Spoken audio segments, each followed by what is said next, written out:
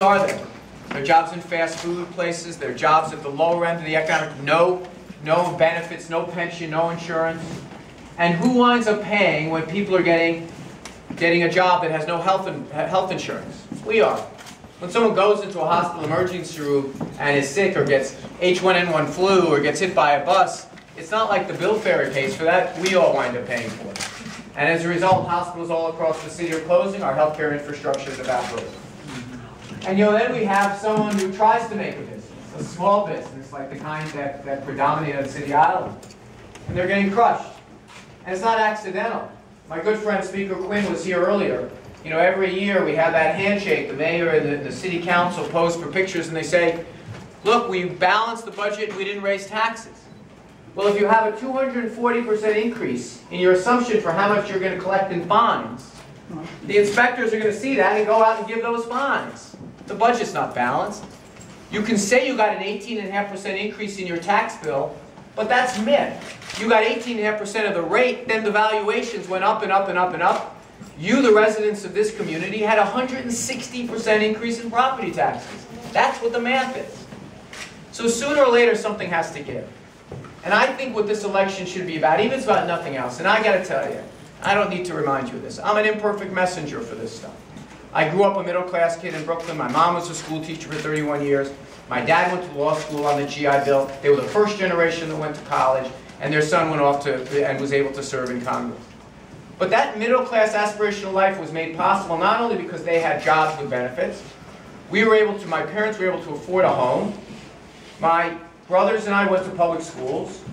And that became the middle-class aspirational platform that the entire community and our home and our lives were built upon. Look how much has changed. We've lost 102 parish schools in our city, without a peep. No one talks about it. That's the basic cultural underpinning of our city. Disappearing. 13 hospitals disappeared. While we worship at the altar of the mega skyline of Manhattan, and I don't begrudge anyone doing well. I want people to do well. But if we wake up and we say, boy, that middle class, it was a nice thing to have. Now we're basically Monaco. We've got very wealthy people and the people that serve them. We're going to be in trouble. I'm going to make one other point, and then I'll take whatever questions that you might have. You know, I'm trying to run this campaign differently. I'm not asking people for endorsements. I'm not having press conferences on the steps of City Hall with one union jacket or one Democratic club or one famous person after another endorsing. What I did is I put out a book of ideas, 64 of them. Everything from making taxes lower for the middle class, to changing the way we do law enforcement, to taking more DNA from people when we arrest them so we can track them, things like that. And, you know, I believe that what running for mayor should be about is telling people what you think you'd like to do. It shouldn't be just who endorsed you, what famous person did. And as I said earlier, I know that, you know, there are mistakes in my background that have come back to haunt me. But I'm going to keep talking about these issues because at the end of the day, it's not really about me. It's not really about any of the candidates. These are good people. If I wasn't running, I'd say to vote for one. But it is about the idea that this is the moment that we get a chance to say what we think, what we want for our neighborhoods, what we want for our families. We didn't get to do that 4 years ago. Term limits came and it went. I don't know where it went. But now we have a chance to do it. And the fact that this room is packed, and it would have been packed even if there were no cameras here, it was packed because you people care.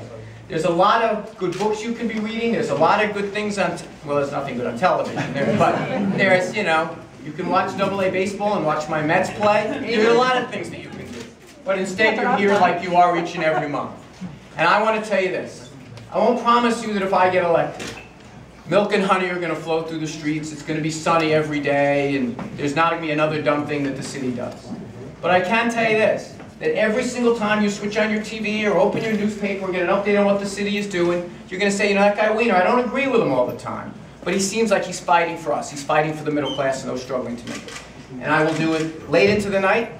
I will do it early in the morning. I think I've shown you that I can take a lot of heat, and I'm prepared to fight for the people of this city, and I'd love to hear your questions. Thank you very much.